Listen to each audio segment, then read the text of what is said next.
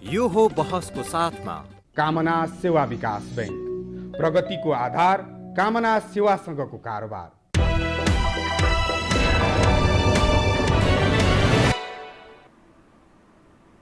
नमस्कार, यो हो बहसमा म यहाँहरूलाई हार्दिक स्वागत गर्दछु। जीवराम भण्डारी। आज यहाँहरू सामने उपस्थित हुनुहुन्छ उपेन्द्र यादव। उहाँ जनता समाजवादी पार्टीका नेता हुनुहुन्छ, प्रतिनिधि सभा सदस्य, पूर्व उप प्रधानमन्त्री, परराष्ट्रको पनि उहाँले जिम्मेवारी सम्हालिसक्नु भएको व्यक्ति हुनुहुन्छ।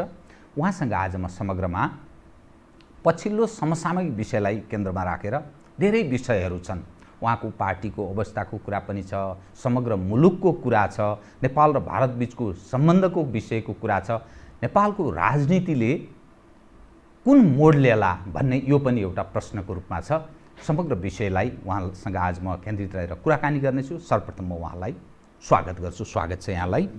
अब म सिधै विषयमा प्रवेश गरेँ। सरकारले हिजो सर्वदलीय अथवा प्रधानमन्त्रीले सर्वदलीय बैठकको आह्वान गर्नुभयो। सर्वदलीय बैठक भयो। सरकारले संविधान संशोधनका लागि त्यो दर्ता पनि गरिसकेको छ संसदमा। आज टेबल हुन पनि सक्छ, नहुन पनि सक्छ। तपाईहरू पनि संविधान संशोधनको विषय अलिक पहिलेदेखि नै उठान गरिरहनु भएको छ, तर सरकारको प्रयत्न चाहिँ यही कालापानी, लिपुलेक, लिम्पियाधुराको त्यो नक्सा चुच्चोलाई सामेल गराएर त्यसैलाई पास गराउने प्रयत्नमा छ। प्रमुख प्रतिपक्षले समय मागेको छ। यो समग्र अवस्थालाई नै तपाईले चाहिँ एज कसरी हेर्नु भएको छ? मैले यहीँबाट सुरु गरेँ, अरू विषय क्रमशः उठान गर्छु। कुरा त के हो भने म स्मरण गराउन चाहन्छु, यो संविधान निर्माण भएकै हो हामीहरूमाथि गोली ठोकेर, डन्डा ठोकेर, दमन गरेर, जबरजस्ती घोषणा गरिएकोले हामीले यसको अनरसिप लिएका छैनौँ। यानि देशको ठुलो भूभाग, ठुलो जनसङ्ख्याले यो संविधान मेरो हो भन्ने अवस्थामा छैन। र अब अगाडि सजिलो होस् भन्नका खातिर हामीले संविधान संशोधन, परिमार्जन, पुनर्लेखन जस्ता प्रक्रियाबाट अगाडि बढ्नका लागि, प्रक्रियालाई सहज बनाइदिनका लागि हामीले यो संविधानको माध्यमलाई प्रयोग गरेका हौँ र हामी यहाँसम्म आएका हौँ। त्यसको एउटै लक्ष्य के हो भने यो संविधानलाई संशोधन गर्ने। र पटक पटक काङ्ग्रेस कम्युनिस्टहरूले हामीसँग सम्झौता गरेका छन्, संशोधन गर्छौँ, परिमार्जन गर्छौँ, सच्याउँछौँ गल्तीहरूलाई भनेर। त्यस कारणले संविधान संशोधनको मुद्दा सुरुदेखि नै हाम्रो मुद्दा हो। तर संशोधन केका लागि? नम्बर 1, संविधानमा रहेका गल्तीहरू, कमी कमजोरीहरू, त्रुटि र विभेदकारी प्रावधानहरूलाई, गैर लोकतान्त्रिक प्रावधानहरूलाई अन्त्य गर्ने, सङ्घीय लोकतान्त्रिक गणतन्त्रलाई बलियो बनाउने, समावेशी लोकतन्त्रलाई दह्रो बनाउनलाई हो एकातर्फ। अर्कोतर्फ यो मुलुकमा मधेसी समुदायले, आदिवासी जनजातिहरूले, दलितहरूले, महिलाहरूले, मुस्लिम, थारू लगायतका सीमान्तकृत समुदायले यो संविधानमा हाम्रो सम्बोधन भएन, हाम्रा मुद्दाहरू समेटिएनन् या हाम्रो भावनाको कदर भएन भनिरहेकोहरूलाई सम्बोधन गर्नका लागि हो। मुख्यतः यो संविधान दुईटा कारणले संशोधन गर्नुपर्ने र यो दुईटै कारणले संशोधन गर्नुपर्ने संविधानलाई संशोधनको प्रक्रियालाई अगाडि बढाइहाल्नु पर्थ्यो। त्यो कहिले पनि बढाएन। विगतकै स्मरण एकपटक सरकारले संविधान संशोधनको प्रस्ताव संसदमा पुर्याए पनि तत्कालीन नेकपा एमालेको असहयोगका कारण त्यो पारित हुन सकेन र संविधान संशोधन भएन। त्यसपछि लगतै नेकपा एमालेका दुवै अध्यक्षहरू र अहिले त कम्युनिस्ट पार्टी भइसकेका छन्, त्यतिखेर नेकपाले अध्यक्ष र माओवादीका अध्यक्षले संयुक्त हस्ताक्षर गरेर संविधान संशोधन गर्ने भने सम्झौता नि भएको। यस्तो अवस्थामा ती मुद्दाहरूलाई समेटेर संविधान संशोधन गर्नुपर्थ्यो, गरिएन। अहिले आएर नयाँ नक्सा जारी गर्यो, संविधानको अनुसूची संशोधन गर्ने भन्यो। हामीले र इभन नेपाली कांग्रेसले पनि संविधान संशोधन गर्दाखेरि अरू प्रस्तावहरू समेत माथि छलफल गरेर संशोधन गरौँ भन्ने कुरा अगाडि आयो। र हामीले प्रस्तुत गऱ्यौँ। र अर्कोसम्म जहाँसम्म छ संविधानको अनुसूची सम्बन्धित कुराहरू अहिले राष्ट्रिय मामला पनि भयो, अन्तर्राष्ट्रिय सम्बन्धसँग सम्बन्धित कुरा पनि हो। यस्तो कुराहरू गर्नुभन्दा अगाडि सरकारले सबै दलहरूलाई बोलाएर प्रमुख प्रतिपक्ष लगायत राष्ट्रिय दलहरूलाई बोलाएर एउटा राष्ट्रिय सहमति गरेर अगाडि बढ्नु पर्थ्यो। हिजोको तर त्यो भएन। सरकारले एक्लै त्यो प्रस्ताव दर्ता गराउनु हो। दर्ता गरिसकेपछि अरू दलहरूलाई हिजो मात्रै बोलाउने काम भयो। अरू दलहरूले राखेका विचार र भावनालाई उहाँले कतिको सुन्नुहुन्छ यो महत्त्वपूर्ण कुरा हो।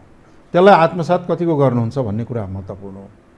होइन त्यहाँ अरू दलहरूले बोलाइहाल्यो, मैले जे भन्छु त्यही गर, त्योभन्दा बाहिर अरू विकल्प छैन भन्ने सोचका साथ अगाडि बढ्यो भने यसले कतै न कतै मुलुकमा आन्तरिक एकतालाई बल दिँदैन।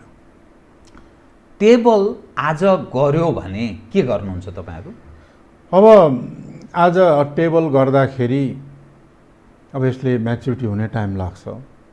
त्यो अवधिमा हाम्रो पार्टी बस्छन्, प्रतिपक्षी पार्टीहरू पनि बस्छन् एक ठाउँमा, र त्यसपछि के गर्ने भन्ने कुरा हामी निर्धारण गर्छौँ। हाम्रो आग्रह अहिले पनि के हो भने संविधान संशोधनका अरू मुद्दाहरूलाई पनि समेटेर, त्यो अरू सबैलाई समेटेर, त्यो अरू भनेको चाहिँ स्पेसिफिक यो विषय अब पहिलो कुरा त म आउँदैछु। मैले अरू भनेको अर्थ के हो भन्दाखेरि मैले एकचोटि भने संविधानसँगको रहेका त्रुटि गल्ती कमजोरीलाई सम्बोधन गर्ने, सच्याउने, सङ्घीयता, निर्वाचन प्रणालीसँग सरोकार राख्ने विषयहरू, पहिचानसँग सरोकार राख्ने विषयहरू, समान भाषिक अधिकारसँग राख्ने विषयहरू, निर्वाचन प्रणाली त मैले दोहोऱ्याउँछु फेरि, त्यो प्रणालीसँग राख्ने विषयहरू लगायतका थुप्रै विषयहरू छन् जसलाई संशोधन र परिमार्जनको आवश्यकता छ। अलि भेगमै गयो, ठिकै छ, यो विषय पनि अरू छलफल गर्न सकिन्छ। अब सवाल के रह्यो भने अहिलेको तातो जल्दो विषयलाई अलिकति सम्बोधन गरिदिनुहोस् न। कालापानी लिपुलेक लिम्पियाधुरा जुन ढङ्गले 370-72देखि 80-85 वर्ग किलोमिटर भनिन्छ भारतले नक्सा जारी गर्यो, त्यसको प्रतिक्रिया स्वरूप नेपालले नक्सा जारी गर्यो। नेपाल र भारत बीचको एज अ पूर्व परराष्ट्रको पनि जिम्मेवारी सम्हाल्नु भएको उप प्रधानमन्त्री भएको नाताले पहिलो कुरा त के हो, यसलाई दुई भागमा हेरौँ। एउटा भाग नेपाल र भारत बीचको सम्बन्ध, जो सम्बन्ध ऐतिहासिक छ, निकटतम रहेको छ, मित्रवत रहेको छ र युगौँयुगदेखि रहेको छ। ठिक, युनिक सम्बन्ध हो हाम्रो। ठिक, एउटा पाटो यो छ, त्यसलाई बिगार्नु हुँदैन। यो सम्बन्धलाई अझ दह्रो बनाएर जानुपर्छ, एउटा पाटो छ। दोस्रो पाटो सीमा सम्बन्धित छ। हाम्रो स्पष्ट धारणा के हो भने सुगौली सन्धि तत्कालीन त्यसबेला इस्ट इन्डिया कम्पनी र नेपालको बिचमा भएको सुगौली सन्धि र त्यसपछि भएको मेमोरेन्डम जहाँ नेपाल र इस्ट इन्डिया कम्पनीले हस्ताक्षर गरेको छ, त्यसको आधारमा बनेको अहिलेको नेपालको भूभाग हो। त्यसभित्र पर्ने सम्पूर्ण भूभाग नेपाल हो। त्यसमा नेपालको क्षेत्राधिकार पर्दछ। त्यो हाम्रो अखण्डता सार्वभौमताभित्रको कुरा हो। त्यसमा हामी क्लियर छौँ। सुगौली सन्धिलाई निश्चित रूपमा अहिलेको नेपालको 1816 को सुगौली सन्धि र त्यसको लगतै भएको 8 डिसेम्बर 1816 को मेमोरेन्डम, यी आधारमा बेस लाइनमा सीमाहरू जुन तय गरिएका छन् त्यो भूभाग नेपालको हो। त्यसमा कसैले दायाँ बायाँ गर्न पाउँदैन। यसमा हामी क्लियर छौँ। अब सवाल रह्यो त्यो सन्धिको। त्यो सन्धि अनुसार महाकालीका पश्चिमका भूभागहरूको दाबी नेपालले छोड्ने भनेर सन्धि भएको हो। त्यो युगमा भएको हो। अब पछि आएर त्यो भूमि जुन नेपालभित्र पर्छ त्यसलाई उपभोग नेपाल सरकारले किन नगरेको, या पहिलाका श्री 5 का सरकारले किन नगरेको, एउटा गम्भीर प्रश्न त्यहाँ आउँछ, खडा हुन्छ। दोस्रो के हो त भन्दाखेरि आज नक्कली राष्ट्रवाद देखाएर हुँदैन। सुगौली सन्धिले तोकेको सीमाको विपरीत महाकाली सन्धि भएको छ नि। महाकाली सन्धिमै त्रुटि भयो यसको। महाकाली सन्धिको प्रस्तावनामै लेखिएको छ। तपाईको स्पष्ट हेर्नु हो भने महाकाली नदीका अधिकांश भागहरू दुई देशका साझा सीमा हुन् भनेर अधिकांश भाग भनेको छ। सम्पूर्ण सुगौली सन्धिले त महाकाली पश्चिमका भूभाग छोड्ने भनेको थियो। त्यसलाई हामीले स्वीकार्या हौँ, नेपालले स्वीकारेको हो, चाहेर पनि नचाहेर। तर महाकाली सन्धिले महाकाली नदीका अधिकांश भागलाई त साझा बनाइदिएको छ, सिमाना नदी बनाइदिएको छ। अब महाकाली सन्धिले त कहाँ पुर्याइदियो त नेपाललाई? सुगौली सन्धिले प्राप्त गरेको भूभागलाई पनि महाकाली सन्धिले त उल्टाइदिएको छ, खुम्च्यायो। त्यो महाकाली सन्धिले नै खुम्च्यायो। त्यो महाकाली सन्धि गर्ने को, गराउने को? तत्कालीन कांग्रेस, तत्कालीन एमाले, त्यसबेला माओवादी थिएन अनि राप्रपा पनि होइन। त उहाँहरूले नै त्यो महाकाली सन्धि गरेर महाकाली नदीलाई अधिकांश भाग चाहिँ सीमा बनाइदिएपछि बाँकी त सीमामा नरहने, सीमासम्म पनि नरहने पारेको एउटा ठुलो घात त उहाँहरूले गर्नुभएको नि। साँच्चै भन्ने हो भन्दाखेरि हिजोको राष्ट्रघात भएकै हो नि। यसको अर्थ महाकाली सन्धिमै राष्ट्रघात भएको थियो। निश्चित रूपमा भएको हो। त्यसखेर त एमाले फुट्या पनि हो। त्यो कारणले आज ठुल्ठुलो राष्ट्रवादको डिङ हानेको हुँदैन नि। त्यसले गर्दाखेरि अप्ठ्यारोमा पारेको नम्बर एक। अनि नम्बर दुई चाहिँ के हो त भन्दाखेरि त्यहाँनेरि 1954 चीन र भारतको बिचमा त सम्झौता भएको छ नि, त्यस क्षेत्रको व्यापारिक कारोबारको सन्दर्भमा। त्यतिखेर पनि चुप लागे। चीन भारतको सायद युद्धपछि हो भारतीय सैनिक क्याम्प त्यहाँ निरन्तर रह्यो र यतिसम्म त्यसको चाहिँ कुनै अथेन्टिक कुरा त छैन। तर चाहिँ जेन्टलम्यान एग्रिमेन्ट जस्तो राजा महेन्द्रले त्यो भूभाग उपभोग गर्न दिएको र त्यहाँ मिलिट्री क्याम्प भारतले राखिराखेको, ट्रिङ्करमै मिलिट्री क्याम्प छ। त्यो अवस्थासम्म कहाँ थिए त सरकार? कहाँ थिए? त्यसपछि सडक खन्न सुरु भयो। पछि पनि चाहिँ के छ भन्दाखेरि एउटा बिचमा घटना घट्यो। भारतका प्रधानमन्त्री नरेन्द्र मोदीजी तपाईको चीन भ्रमण आउँदाखेरि संयुक्त वक्तव्य आयो, सम्झौतै भयो। सन् 2015 मे 15 को घटना हो। सम्झौता भयो। ठिक। त्यहाँबाट नाका खोल्ने भनेर, बाटो बनाउने भनेर। त्यतिखेर नेपाल सरकार कहाँ थिए? त्यसपछि सडक खन्ने बेलामा खनेर त एकै दिनमा त सडक बन्या होइन। सन् 2008 देखि प्रारम्भ भएको भन्नु परराष्ट्र मन्त्रीजीले नै भन्नु। परराष्ट्र मन्त्रीले पनि भने अनुसार पनि यथार्थ पनि त्यहाँ चाहिँ के हो भने सडक खन्ने काम सुरु भयो। सडक खनेर अहिले चाहिँ के छ भन्दाखेरि अन्तिम चरणमा पुगेर उद्घाटन भयो। उद्घाटन भइसकेपछि प्रधानमन्त्रीजीले पत्रकारहरूले यहाँहरूले नि सोध्नुभयो यो सडक बनाउन्जेल कहाँ आउनुहुन्थ्यो? मलाई थाहै थिएन भन्छ। त त्यत्रो सडक बन्छ आफ्नो भूभागमा, त्यो देशको प्रधानमन्त्रीलाई थाहा हुँदैन? यो पनि आश्चर्यको गजबको कुरा हो। र सडक उद्घाटन भयो। अब नक्सा केही समय पहिले 6 महिना पहिले नै जारी गर्यो भारतले। नक्सा जारी भयो, सडक उद्घाटन भयो।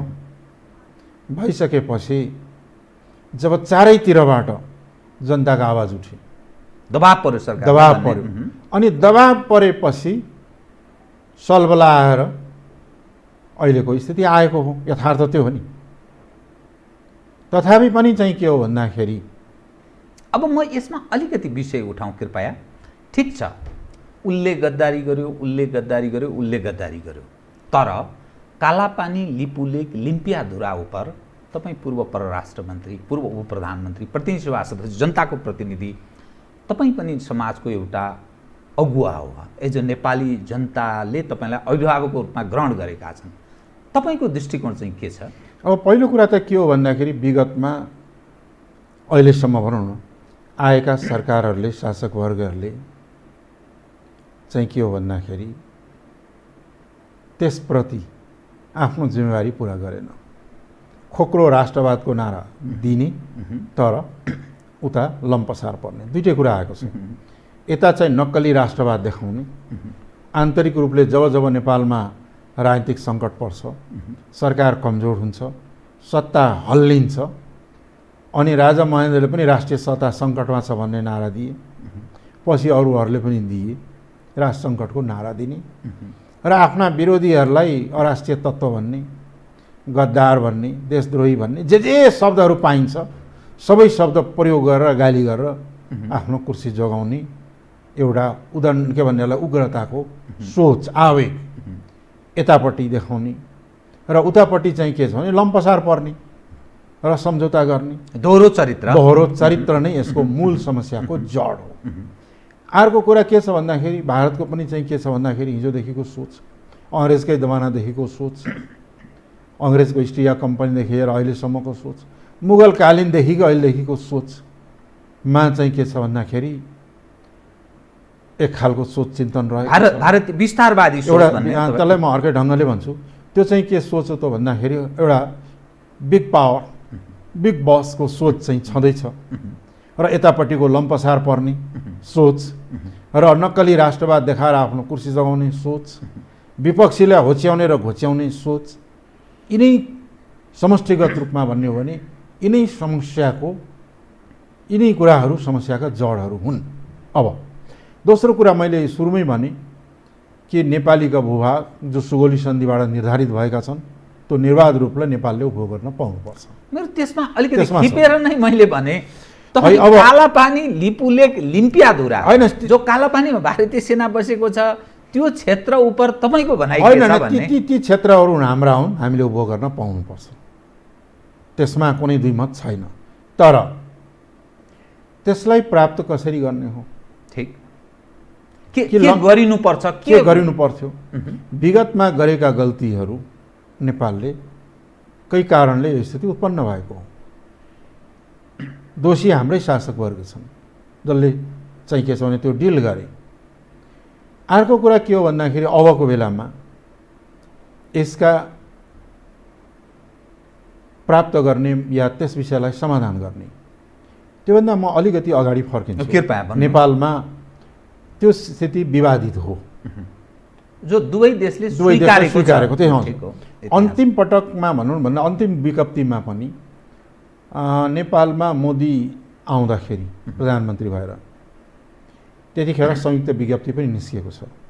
त्यसमा पनि के भनेको छ भने सुस्ता र काली, महाकाली नदी या काली भनौँ जे भन्दाखेरि त्यो सुस्ता र त्यो दुईटा भूभाग, महाकालीको भूभाग विवादास्पद छ, विवाद छ, यसलाई सचिव स्तरीय वार्ताद्वारा हल गर्दै जानुपर्छ भन्नेमा त हामी सहमत भएका हौँ।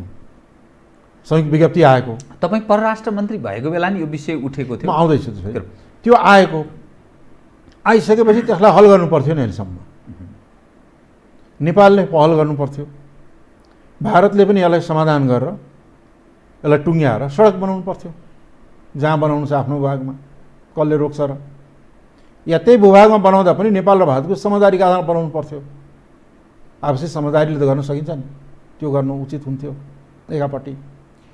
अर्कोपट्टि म यहाँले उठाइहालौँ परराष्ट्र मन्त्री हुँदाखेरि भारतमा परराष्ट्र मन्त्रीलाई चाहिँ त्यतिखेर प्रणब मुखर्जी हुनुहुन्थ्यो, त्यहाँको विदेश मामला सम्बन्धित मन्त्री। स्पष्ट रूपमा के भनेको थियो भन्दाखेरि नेपालको 98% भूभागको या सीमाङ्कन क्षेत्र भनौँ, सीमाहरूका निश्चित गरिएका छन्, त्यसका रेखाङ्कन गर्ने, सीमाङ्कन गर्ने काम तय भइसकेको छ। अब 2% खास गरी दुईटा भाग सुस्ता र कालीलाई टुङ्गो लगाउँ, पोलिटिकल डिसिजनबाट टुङ्गो लगाउँ। अब हामी ऊ परसम्म देखाउँछौँ, उहाँहरूले यहाँ परसम्म देखाउनुहुन्छ। सुस्ता पनि त्यही हो, महाकाली पनि त्यही हो। अब यसलाई दुवै सरकार बसेर पोलिटिकल डिसिजन गरेर टुङ्गो लगाउँ र सीमाङ्कनलाई चाहिँ के छ भन्दाखेरि निर्धारित गरौँ भनेर मैले प्रस्ताव गरे हो। अझै त्यतिखेर के हो भन्दाखेरि हुन त त्यो सरकार टिकेन, 8-9 महिनामै गयो। सायद रहेको भए टुङ्गिन्थ्यो कि को थियो प्रधानमन्त्री त्यतिखेर? पुष्पकमल दाहालजी हुनुहुन्थ्यो। त्यो बेला चाहिँ के छ भने टुङ्गिन सक्ने सम्भावना थियो। भारतले पनि यसलाई बडो सकारात्मक रूपले लिएको थियो। होइन अब यो किन बाँकी राख्ने, 2टा पोइन्टलाई या 2% भागलाई किन बाँकी राख्ने, यसलाई टुङ्ग्यौँ र आपसी मित्रता, सद्भाव र हाम्रो सम्बन्धलाई कायम राख्दै यी 2टा भागलाई टुङ्ग्यौँ भन्ने कुरा भारत सरकारले पनि त्यो बेला एग्री गरे हो। तर अफसोस के भने त्यो प्रोसेस अगाडि बढाउँ भन्ने प्रयास हुँदै पनि सरकार त्यो गयो, पछि आउने सरकारले त्यो गरेन। र नरेन्द्र मोदी मैले फेरि दोहोऱ्याउन चाहेँ, नेपाल भ्रमण आउँदाखेरि यो 2टा क्षेत्र विभाजित हो, यसलाई हल गर्नुपर्छ भनेका छन्। संयुक्त विज्ञप्ति नै आएको छ। त्यसकारणले त्यही पोइन्टमा उभिएर नेपालले, त्यही बिन्दुमा उभिएर नेपालले अब यो 2% जुन बाँकी छ, खास गरी सुस्ता र महाकालीको कुरा, यसलाई टुङ्गो लगाउँ र यसलाई टुङ्गो लगाउनलाई चाहिँ के छ भन्दाखेरि अगाडि बढेको भए र टुङ्गो लगाएको भए यी समस्याहरूको हल भएर जान्थ्यो। तर भएन। अब के गर्ने त? अब हल गर्ने एउटै मात्रै म माध्यम के देख्छु भन्दाखेरि कूटनीतिक माध्यम हो। कूटनीतिक माध्यम र वार्ताद्वारा नै यो समस्यालाई हल गर्न सकिन्छ। अन्य बाटो चाहिँ के हो भन्दाखेरि चाहिँ समस्याको समाधान होइन। समस्याको समाधान अन्य बाटोबाट हुन सक्दैन। र यो वार्ताको वातावरण बिगार्ने काम दुवै पक्षले गर्नु हुँदैन। भारतले पनि चाहिँ के हो भन्दाखेरि वार्ताको वातावरण बनाउनुपर्छ, वार्ताको लागि पहल गर्नुपर्छ र समस्या हल गर्न लाग्नुपर्छ। नेपालले पनि चाहिँ के हो भने सरकारले पनि वार्ताका वातावरणलाई बिगारेर चाहिँ के छ भन्दाखेरि नेपालीको हित हुँदैन।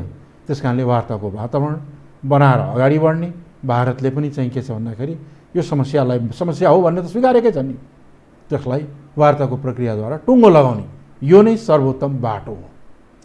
जुन ढङ्गले भारत सरकार प्रस्तुत भयो र नेपाल सरकार त्यस्तो प्रतिक्रियात्मक ढङ्गले जुन ढङ्गले प्रस्तुत भएको छ, यो तस्विर हेर्दा वार्ता हुन सक्ने ओली नेतृत्वको सरकारले मोदी नेतृत्वसँग सम्भावना तपाईँ देख्नुहुन्छ? होइन, म देख्छु। किन देख्छु भन्दाखेरि वार्ताको विकल्प छैन भन्ने कुरा दुवैले महसुस गरिसकेको छ। दुवैले हस्ताक्षर गरेका छ वार्ता गर्छु भने वार्ताको अलिकति वातावरण तितो भए पनि, अलिअलि कस्तो भए पनि भारतीय जनताले पनि र त्यहाँका नेताहरूले पनि नेपालसँगको सम्बन्ध बिगार्न चाहेका छैनन्। हामीले चाहेका छैनौँ, वार्ता किन हुँदैन? हुन्छ। तर त्यो चाहिँ के छ भन्दाखेरि वातावरण हामीले पनि बनाउनुपर्छ, भारत सरकारले पनि बनाउनुपर्छ र वार्ता गरेर समस्या समाधानको बाटो खोज्नै पर्छ। त्यो वातावरण भने के एक अनि कथम भन्ने भाषा फेरि मैले प्रयोग गरेँ। सरकारले प्रस्तुत गरेको यो लिम्पियाधुरा, कालापानी र लिपुलेक सहितको जुन चरीको चुच्चो आकारको जुन नक्सा छ, त्यो सहित टेबल संसदमा गऱ्यो भने आज या भोलि या यहाँ आन्तरिक सहमति नभइकन भयो भने त्यसले के अवस्था सिर्जना गर्छ? पहिलो कुरा त के हो भने यस्ता मुद्दामा राष्ट्रिय सहमति अति आवश्यक हो। अलिकति पनि राष्ट्रिय सहमति हुन सकेन, चुक्यो भने, पास भए पनि फेल भए पनि यसले मुलुकमा गम्भीर असर पार्दछ।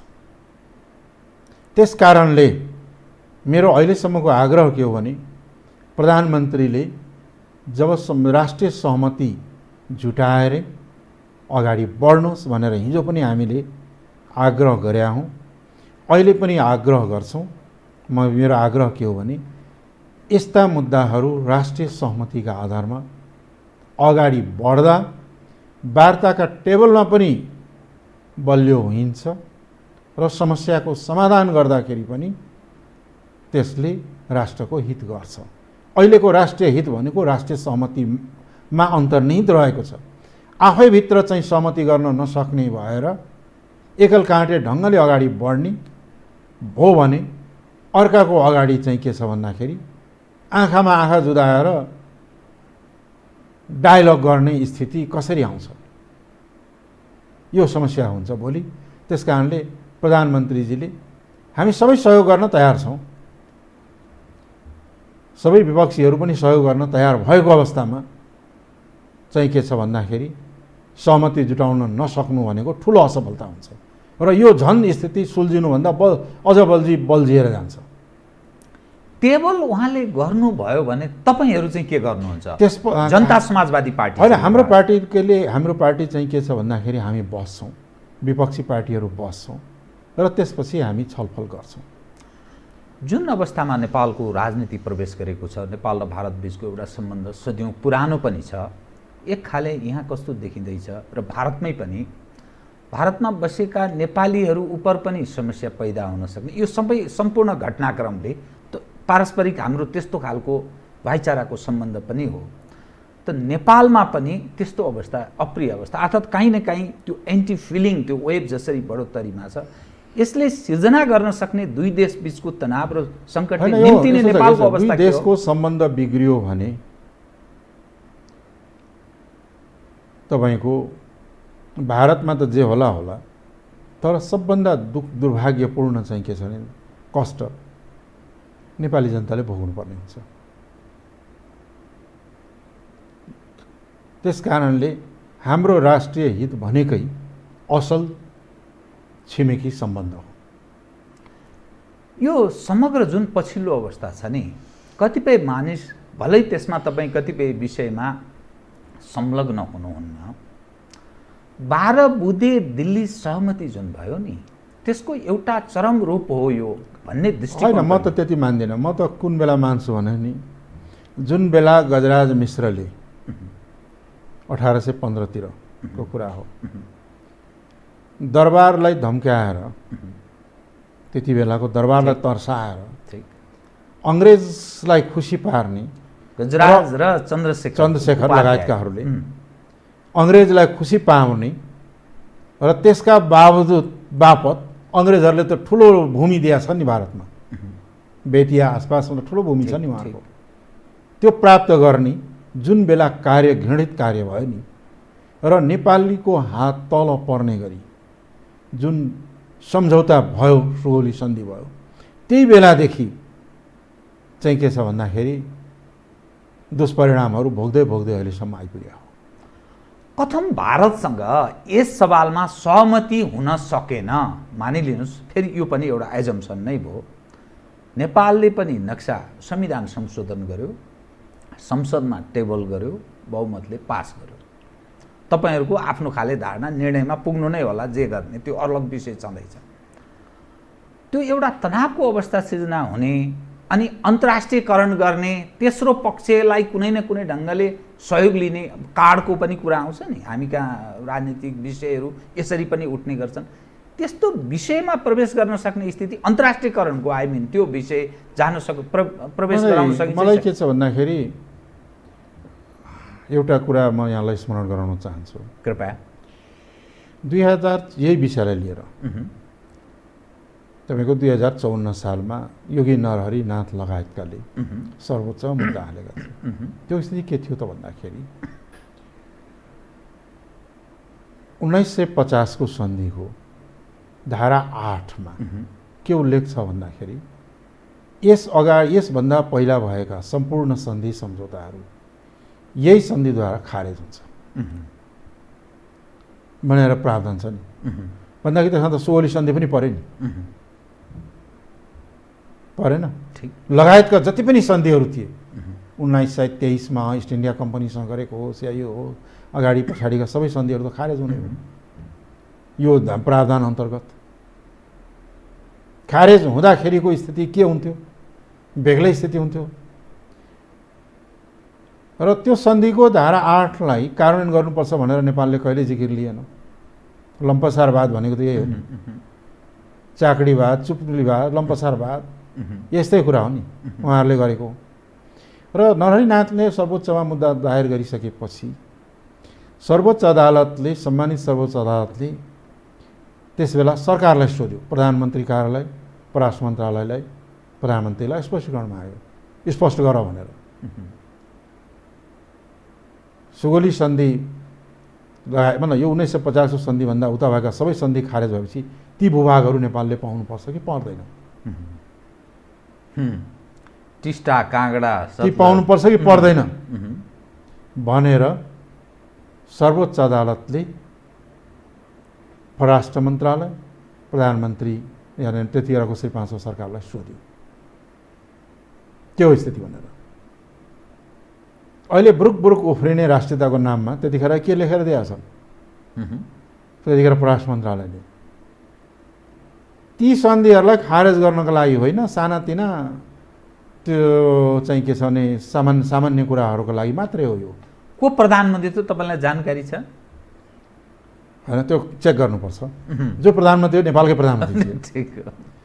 ती त सानातिना कुराका लागि उठेका कुराहरूलाई पो हल गर्नलाई गरे हो त। त्यो सीमा चाहिँ के छ भन्दाखेरि त्यो चाहिँ सुगोली सन्धि लगायतका लागि खारेज गर्न त भने होइन भनेर जवाब दिए प्रधानमन्त्री कार्यालयले पनि र परराष्ट्र मन्त्रालयले पनि। यानि ती भूभाग हाम्रा होइनन्, ती उतैका हुन्, बेकारमा हामीले टाउकोमा हालिदियो भन्ने अर्थ न हो। त्यो जवाब दिएको सरकार नेपालले। सर्वोच्च अदालतले चाहिँ के हो भन्दाखेरि अब सरकारले नै चाहिँ के छ भन्दाखेरि माग गरेको थियो कि यो मुद्दा खारेज गरी पाउँ भनेर, यो रिट खारेज होस् भनेर। किन भन्दाखेरि सानातिना कुराका ल्याएका हुन्, त्यो ती कुराहरूलाई अन्त्य गर्न ल्याएका होइनन्, त्यो खारेज गर्न ल्याएकै होइन यो सन्धिले, त्यस कारणले यो रिट खारेज गरौँ भनेर सरकारले नै परराष्ट्र मन्त्रालयले, सर्वोच्च अदालतलाई, प्रधानमन्त्री कार्यालयले त्यो लिखत अहिले पनि सर्वोच्च अदालतमा सुरक्षित छ, लिखत दिएको हुनाले यसलाई खारेज गरौँ भनेर बाँडे। सर्वोच्च अदालतले ती टेकेर त्यो मुद्दा खारेज गरिदियो। अर्थात् हाम्रा शासकहरू दुई अर्थीका छन् भनेपछि के भयो त अब त्यसले कहाँ पुर्यायो हामीलाई त्यो जवाफ दिनु पर्यो। त्यसपछि महाकाली सन्धिले सिमानालाई कहाँबाट कहाँ ल्याएर पुर्याइदियो, त्यो गर्ने को थिए? र अहिले आएर चाहिँ के छ भन्दाखेरि कुनै खास समुदायलाई, कुनै खास भाषाभाषीलाई चाहिँ घोषपेश गर्न सुहाउँछ, त्यस्ता पनि गरेको सुनियो, देखियो। दुर्भाग्य हो, त्यो दुर्भाग्य हो। अब म कसरी प्रवेश हुँ भन्दाखेरि मैले भनेको अर्थ के हो भन्दाखेरि बिगारेको त यहीँकाले छ, दोष अरूलाई दिने विषय छैन। त्यस कारणले चाहिँ के हो त भन्दाखेरि म के भन्छु भन्दाखेरि अरू विषय सोच्दै नसोचौँ, वार्ताद्वारा कुटनीतिक माध्यमबाट दह्रो चालले उभियौँ।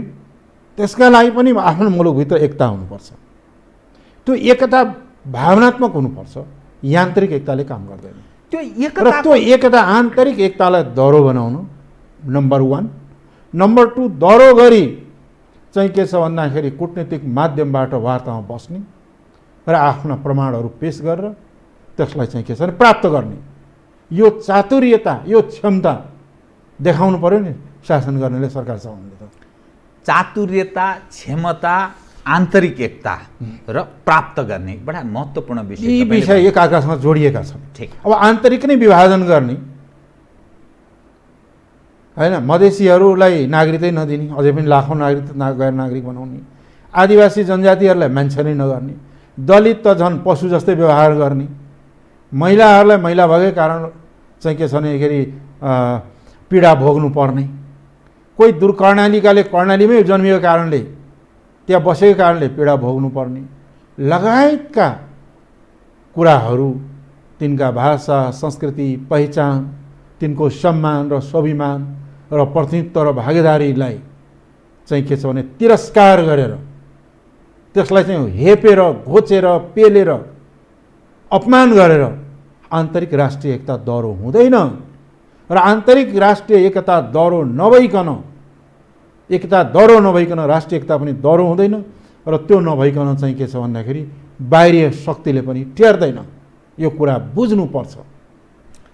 आन्तरिक एकता र त्यो सर्वसम्मत प्रकृतिको जो नेतृत्वको तपाईँले जो कल्पना गर्नुभएको छ नि, हरेक पार्टी, इभन तपाईँकै पार्टी, तपाईँहरू मिलान गर्दै हुनुहुन्छ। थप तपाईँहरूलाई म शुभकामना पनि छ मेरो। नेपाल कम्युनिस्ट पार्टी नेकपा आफ्नै समस्यामा छ, काङ्ग्रेस आफ्नै समस्यामा छ। आन्तरिक रणको त्यो पदीय लाभ प्राप्तिका लागि एकअर्का बीच उछिना पाछिनको अवस्था छ। यस्तो खालको जुन सिस्टममा हामी प्रवेश गरेका छौँ, जुन खालको नेतृत्व कम्ती छ, यसले यो सारा च्यालेन्ज सामना गर्ने क्षमता राख्छ। केही मुलुक बाहेक संसारभरि यस्तै समस्या छ। अमेरिकामा आन्तरिक समस्या छैन, ब्रिटेनमा छैन, भारतमा छैन, छ नि? कहाँ छैन? पाकिस्तानमा छैन, पाकिस्तानमा पनि छ नि। तर जब उसको बङ्गलादेशमा पनि छ। कहाँ कुन देश छ जहाँ आन्तरिक समस्या हुँदैन? तर ती हुँदाहुँदै पनि जब मुलुकको सभर्निटीको कुरा आउँछ, इन्टिग्रिटीको कुरा आउँछ, त्यतिखेर राष्ट्र एक ठाउँमा हुन्छ। अहिले चाहिँ हाम्रो कस्तो देखिया छ? त्यो एक ठाउँमा उभिएको स्थिति छ कि विभाजित मनस्थितिमा छ? अब अहिलेको स्थितिमा राष्ट्रिय एकतालाई बलियो बनाउने आवश्यकता छ, आवश्यकता छ। Role of government as a prime minister र रोल यसमा चाहिँ अगुवाई सरकारले गरेको, नेतृत्व गर्ने पार्टी र सरकारको अगुवाई गर्ने, नेतृत्व गर्नेकै कोर्टमा छ। उनले सबैले लिएर जाने हो कि एक्लै भाग्ने दौड्ने हो? होइन, उहाँले यदि एक्लै नै म सर्वशक्तिमान, सर्वविद्यमान, सर्व चाहिँ के छ भने ज्ञानी, सर्वगुणी सम्पन्न ताकतवर छु भनेर आँट गर्नुहुन्छ भने, अगाडि बढ्नुहुन्छ भने त हामीले चाहिँ के छ भन्दाखेरि त्यसमा अन्यथा भन्नु केही पनि छैन। ओलीजीले तपाईँको म विश्लेषण छोटो मैले सुन्न चाहेँ। पार लगाउनु होला जुन च्यालेन्ज छ नि अहिले नेपालको, एकातर्फ कोभिड-19ले थिलथिलो छन्, नेपालीहरू बडा अप्ठ्यारो अवस्थामा छन्, धेरै मानिस बेरोजगार, लाखौँका लाखौँ बेरोजगार, भोलि यति अप्ठ्यारो अवस्था सिर्जना हुनसक्छ, त्यसले ल्याउन सक्ने सम्भावित खतरनाक अवस्थाको त्यो हामी कल्पना पनि गर्न सक्छौँ एकातर्फ। अर्कोतर्फ एमसिसीको मुद्दा पनि त्यहाँ छ, पार्टीभित्रको आन्तरिक किचोलो छ, काङ्ग्रेस आफ्नै ढङ्गको प्रयत्नमा छ, तपाईँहरूको आफ्नो खाले प्रयत्न होला। त यो सारा अवस्था हेर्दा नि यो पार लाउन सक्नु होला केपी ओलीजीले? एउटा म तलाउँछु, तपाईँको कौटिल्यले अर्थशास्त्रमा लेख्या पनि छ, उनले बोल्या पनि हो। जुन उनले त्यतिखेर त राजाहरू थिए, जुन मुलुकको राजा अस्वस्थ हुन्छ, गम्भीर चिन्तामा डुबेका हुन्छन्, शारीरिक मानसिक रूपले दुर्बल हुन्छन् र प्रेम जालमा फस्या हुन्छ, दुर्व्यसनमा फस्या हुन्छ, त्यो मुलुकको जनताले असाध्यै दुःख पाउँछ र अरू मुलुकले पनि हेप्छन्। त्यही बेला कौटिल्यले अर्थशास्त्रमै लेखेका छन् र त्यो बेला उनले चाहिँ के हो भन्दाखेरि भन्या पनि छन् है, दुःख पाउँछन्। अहिलेको अवस्थामा हाम्रो प्रधानमन्त्री स्वस्थ हुन्, बलियो हुन्, हामी उही पशुपतिनाथसँग कामना गर्छौँ। तर मुलुक त अत्यन्त जटिल अवस्थामा छ नि, एकपछि अर्को जटिलता थप्दै गएको छ। अब यो कोभिड-19ले मुलुकको अर्थतन्त्रलाई कहाँ पुर्याउँछ? शैक्षिक क्षेत्र खत्तम तहस नहस छ, स्वास्थ्यको स्थिति अत्यन्त नाजुक अवस्थामा छ। हामीले कोही मान्छेलाई अहिले भाइरस छ, कोभिड भयो भनेदेखि लाग्यो भने त्यसलाई जाँच्ने स्थितिमा पनि छैन। ठिक ठिक, लाखौँ नेपालीहरू अहिले भोकै भोकै मर्ने अवस्थामा छ। लाखौँ नागरिकहरू अहिले इन्डियाको बोर्डरमा पारिपट्टि बसिया छ, बोर्डर छेउमा। उताबाट इन्डियाले जाऊ आफ्नो मुलुक भनेको छ, आफ्नो मुलुक आउने त स्वाभाविक हो। हामी आफ्नो मुलुक जान्छौँ भनेर भारत सरकारलाई रिक्वेस्ट पनि गरे, उनीहरूले जाऊ पनि भने बोर्डरमा ल्याएर राखिदिएको छ। अब बोर्डरमा उता गयो उताको डन्डा हान्ने, यताबाट चाहिँ डन्डा हान्ने। ती लाखौँ नेपालीहरू विचलित भएका छन्, विदेशमा मरिराखेका छन्। विचलित भएको करुणाहरू, ती व्यथाहरूलाई यहाँहरूले सञ्चार माध्यममा दिइराख्नु भएको छ। यतापट्टि देशभित्र कोरोनाको के स्थिति छ थाहा छैन, किन जाँचै हुन सकिरहेका छैन। अर्कोतर्फ नेपाल भनेको त के हो भने गरिबहरूको मुलुक हो नि। ती दैनिक ज्यादादारी गरेर गुजारा गर्ने लाखौँ लाख नेपालीहरूको घरमा आज चुलो नबल्ने अवस्था भइसकेको छ। तिनका तपाईँको चाहिँ के छ भन्दाखेरि औषधि उपचार छैन, यस्तो आर्थिक सूचकाङ्कहरू तल गएको गई छ, कारोबारहरू ठप्प छ। यस्तो गम्भीर अवस्थामा परेको मुलुक नेपालको पहिलो दायित्व राज्यको चाहिँ के हो भन्दाखेरि यी समस्यालाई कसरी ह्यान्डल गर्ने हो, कसरी पार पाउने हो, त्यतातिर लाग्नुपर्ने बेला हो नि यो। तर सरकारको नीति कार्यक्रमको विषयमा पनि मैले बोलेको थिएँ, अन्योलता र के छ दिशाहीनता छ, स्पष्टता कहीँ छैन। अहिले पनि चाहिँ के छ भने त्यो स्पष्टता छैन। अहिले त भटाभट देखिन थाल्यो, जाँच गर्दा पो देखिन्छ, नगर्दा देखिँदैन। परीक्षण परीक्षण परीक्षण त्यही परीक्षण पनि पाइरहेको छैन। आज भन्नुहोस् न, तपाईँले आज जचाउनु पऱ्यो, कहाँ जानुहुन्छ भन्नुहोस् न, कसले जाँच दिन्छ? निश्चित छैन। प्रत्येक परिवारमा जाँच्नु पर्ने हो नि अहिले बेला। त्यो शुद्ध दिन नसकेको, भोकै मर्न लागिसक्यो अब त मान्छेहरू, गरिबहरू, तिनलाई चाहिँ के छ भने हामीले घाँस खाने व्यवस्था गर्न नसकेको अवस्था, अनि अराजकता र लुटतन्त्र हावी भएको अवस्थामा चाहिँ के छ भन्दाखेरि गर्ने दायित्व के हो? पहिलो कुरा भन्छ यो राष्ट्र भनेको के हो? अघि यहाँ राष्ट्रियता धेरै कुरा आयो। यो राष्ट्रियता के हो? राष्ट्र के हो? राष्ट्र भनेको ढुङ्गा माटो हो? राष्ट्र भनेको त जनता हो। राष्ट्र नेपाल बहुजातीय मुलुक हो, साँच्चै भन्यो भने बहुराष्ट्रिय मुलुक हो। मधेसी एउटा राष्ट्रियता छ, काठमाडौँका नेवारहरूको एउटा राष्ट्रियता छ, तपाईँको भन्दाखेरि किराँतीहरूको अलग छ, तपाईँको खसहरूको अलग छ। यसरी विविध राष्ट्रियता र ती मिलेर साझा राष्ट्रियता भनेको, राष्ट्रिय एकता भनेको नेपाली राष्ट्रियता हो। यथार्थ यो हो नि। र तिनीहरूको बिचको भावनात्मक एकताबद्ध हुने भावना नै राष्ट्रियता हो नि। कि ढुङ्गा माटो मात्रै राष्ट्रियता त होइन, राष्ट्र भनेको जनता हो। ती जनता आज मानिरहेका छन्, तिनको प्रतिको दायित्व पहिलो राष्ट्रिय दायित्व हो नि। त्यहाँ चाहिँ सरकार चुक्न त छोडिदिनुहोस्, व्यवस्था गरिसकेको छ। अनि चल्छ त, जुन अवस्थाको चल्दैन, के हुन्छ, कहाँ प्रवेश गर्छ? यसले यस्तो खालको सङ्कटले मुलुकमा चाहिँ के छ त भन्दाखेरि अहिले गम्भीर सङ्कटहरूलाई निमन्त्रणा दिन्छ। जनता जब भोकभोकै मर्न थाल्छ, औषधि उपचारको ठेगान हुँदैन, त्यतिखेर विद्रोह हुन्छ। त्यो विद्रोहले कहाँ लैजान्छ ठेगान हुँदैन। कतिलाई तपाईँले भोकै बसेर मर्न लागेको जनताले कहाँ बाँकी राख्छ, त्यसलाई गोली ठोकेर मारेर शान्त पार्छु भनेर नसोचे पनि हुन्छ।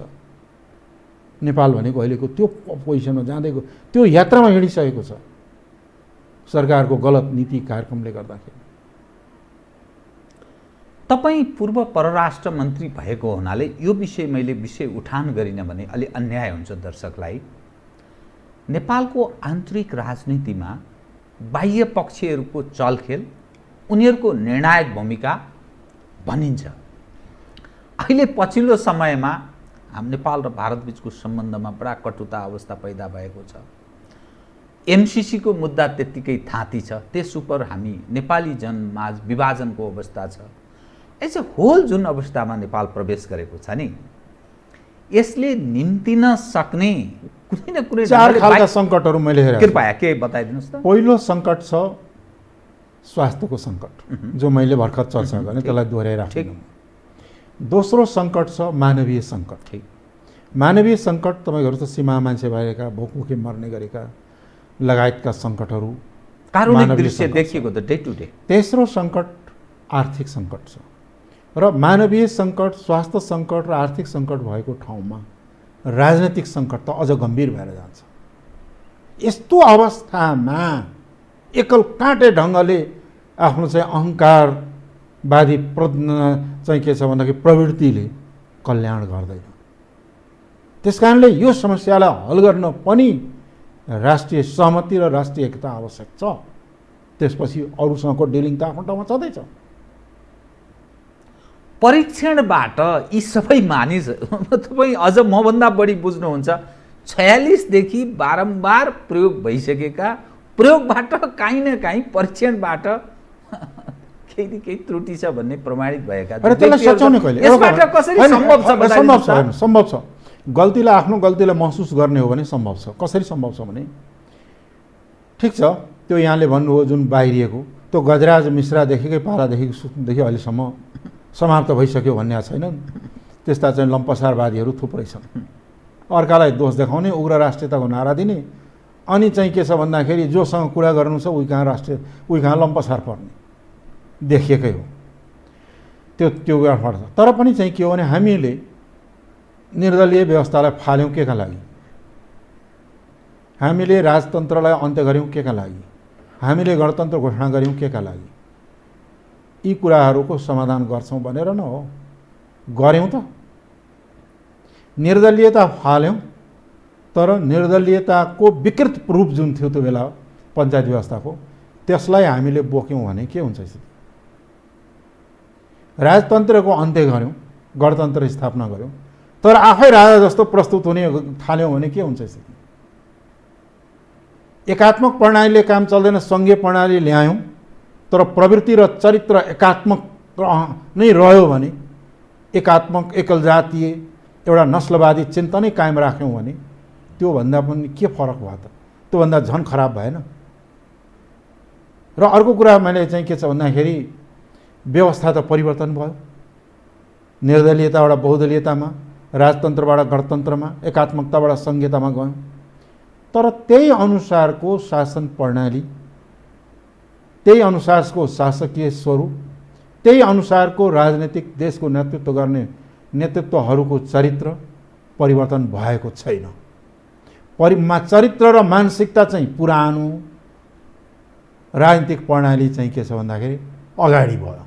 यसको अर्थ र यसले चाहिँ के यसलाई म्याच गर्न सकेन भन्ने यदि मेरो भनाइ के हो भने यदि परिवर्तनलाई आत्मसात गरेर साँच्चै नै चाहिँ के छ भने व्यवहार र चरित्रमा परिवर्तन, प्रणालीमा परिवर्तन गरेर अगाडि बढेको भए नेपाल अहिले तीव्र गतिले विकास निर्माणसँगै राष्ट्रिय समस्याहरूको हल गर्दै अगाडि बढिसकेको हुने थियो।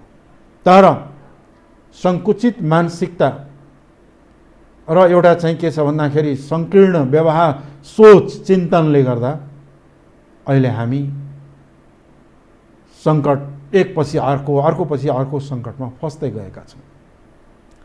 तपाईँलाई म दुईटा विषय कृपया, कतिपय विषयहरूलाई अन्यथा ठानिनु पनि हुँदैन, तपाईँहरू पनि एज अ यो नागरिक एउटा सम्पत्ति हो, हामी काहीँ न काहीँ त्यो पब्लिकको भाषा बोल्ने प्रयत्न गर्छौँ। कतिपय मानिसलाई रिस उठ्छ, ओहो यति छुचो गरेर।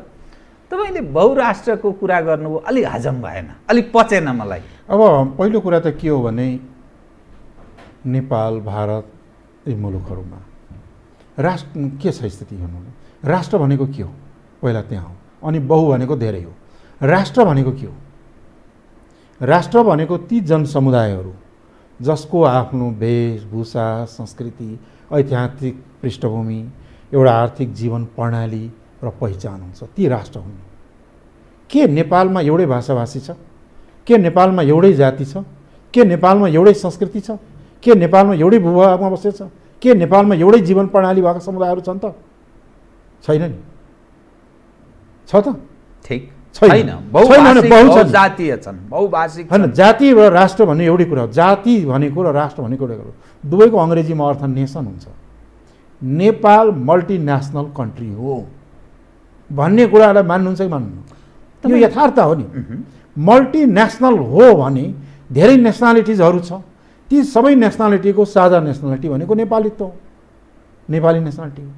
यो कुरालाई त यथार्थ हो नि, स्ट्रक्चर त यथा हो नि। घाम लागेको छ अहिले दिउँसो छ भनेर होइन, घाम लागे पनि अहिले रातै छ कसैले भन्यो भने त्यो भन्नेले जान्ने हो। तर नेपाल बहुजातीय बहुसांस्कृतिक मुलुक हो भन्ने कुरा स्वीकार गरे हो नि। ठिक हो। नेपाल मल्टिनेसनल, मल्टिलिङ्गुअल, मल्टिकल्चरल, रिलिजियस मुलुक हो नि, होइन। हामी कहाँ डाइभर्सिटी छ भन्ने कुरा स्वीकारे हो नि। त्यो डाइभर्सिटी के एउटैमा हुन्छ त? नेपालको अहिलेको संविधानले पनि, उहाँहरूले बनाएको संविधानले पनि नेपाल डाइभर्सिटी छ भन्ने स्वीकारे हो नि। त्यो डाइभर्सिटी के हुन्छ? एउटैमा हुन्छ? हुँदैन नि। हामी कहाँ बक्खु लगाउनेदेखि लिएर धोती लगाउने समेत छन्, छैन? दौडा सुरुवाल लगाउनेदेखि लिएर लुङ्गी लगाउने समेत छन्, छैन? चन्दन लगाउनेदेखि लिएर शङ्ख फुक्नेदेखि लिएर नमाज पढ्नेसम्म छन्। बहुजाति, बहुभाषिक, बहुसांस्कृतिकलाई तपाईँले एउटा राष्ट्रको कल्पना होइन, त्यो बहु नै एउटै भने होइन। एउटा त हामी बिचको एकता हो र एकताबद्ध हुने भावना पनि हो, एकात्मको भावना पनि हो। तर नेपालमा नेपाली समाजको संरचनामा विविधता छ। धर्म अलग अलग छन्, भाषा अलग अलग छन्, जाति अलग अलग छन्, समुदाय अलग अलग छन्, पहिरन अलग अलग छन्, वेशभूषा संस्कृति अलग अलग छ। ती प्रत्येक सांस्कृतिक समुदायहरू, वेशभूषा, भाषा, संस्कृति आफ्नो आफ्नो भएका समुदायहरू फरक छन्। एउटा भन्नुहोस् त, पूर्वको किराँती र पश्चिम खसाको खस उस्तै छ नि त। हिमालका चाहिँ के छ भन्दाखेरि शेर्पा भोटे र तपाईँको मिथिलाको मधेसी एउटै छ त? छैन, अलग अलग छ नि। फेरि राष्ट्रगानमा पनि 100 फुलका थुङ्गा, के अरे 100 फुलका माला हामी भन्छौँ होइन त? ती 100 फुलका थुङ्गाहरू त छन् नि।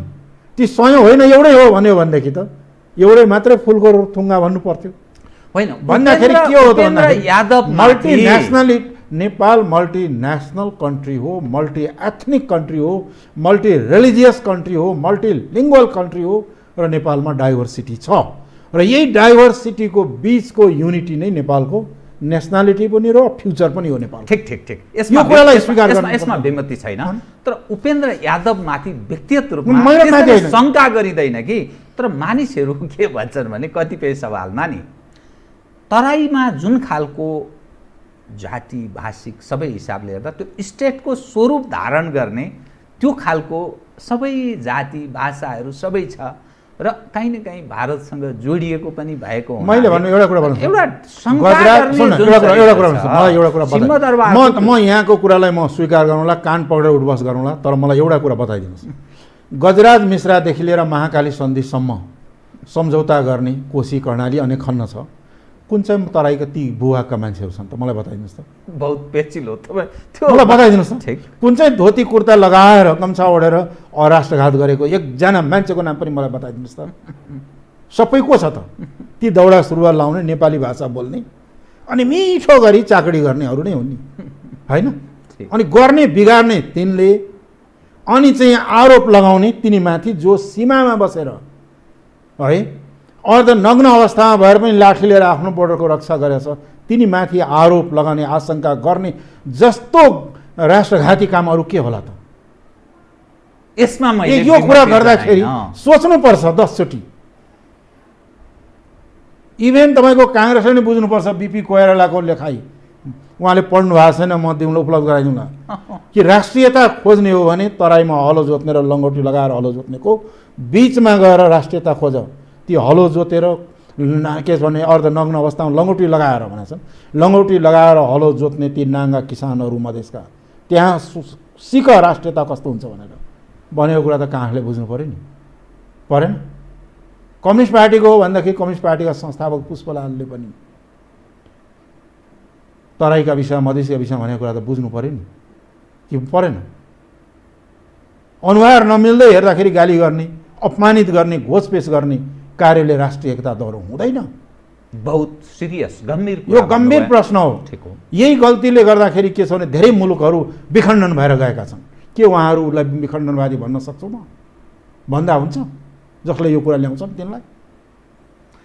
तपाईँसँग अरू विषय पनि उठान गर्नु थियो, आधा मिनटमा एउटाको चाहिँ जवाफ दिनुहोस्। त्यो तपाईँको कार्यकर्तामाथि अन्याय हुन्छ।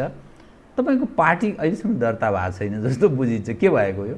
अब यो लकडाउनले अलिकति ढिलो चाँडो भएको, अब त्यहाँनिर ठुलो जमात छ, ती सबैलाई सिग्नेचर गराउने लगायतका कामहरू र केही छलफल गर्ने कामहरू बाँकी छन्। अब बिस्तारै बिस्तारै गर्ने, त्यसमा हामीले हतार छैन। हस्, कार्यक्रममा आइदिनु धन्यवाद छ। के विषय उठान गर्न चाहन्थे, समयले यतिसम्म छ। धन्यवाद छ। आदरणीय दर्शकवृन्द, उहाँ त उपेन्द्र यादव जनता समाजवादी पार्टीका नेता तथा प्रतिनिधि सभा सदस्य, समसामयिक विषयमा गरिएको कुराकानी। म लगायत मेरो सम्पूर्ण युनिटलाई कार्यक्रमबाट बिदा दिनुहोस् र यो हो टेलिभिजन हेर्दै रहनुहोला। नमस्कार।